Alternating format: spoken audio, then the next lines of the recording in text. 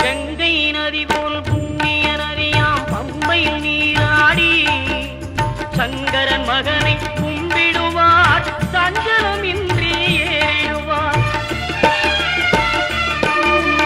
நீலிமலை ஏற்றம் சிவபாலனும் ஏற்றிடுவார். காலமெல்லாம் நமக்கே அருள்காவலராயிருப்பார். தேகபலம் தா பாதபலம் தா தேகபலம் தா பாதபலம் தா தேகபலம் தாய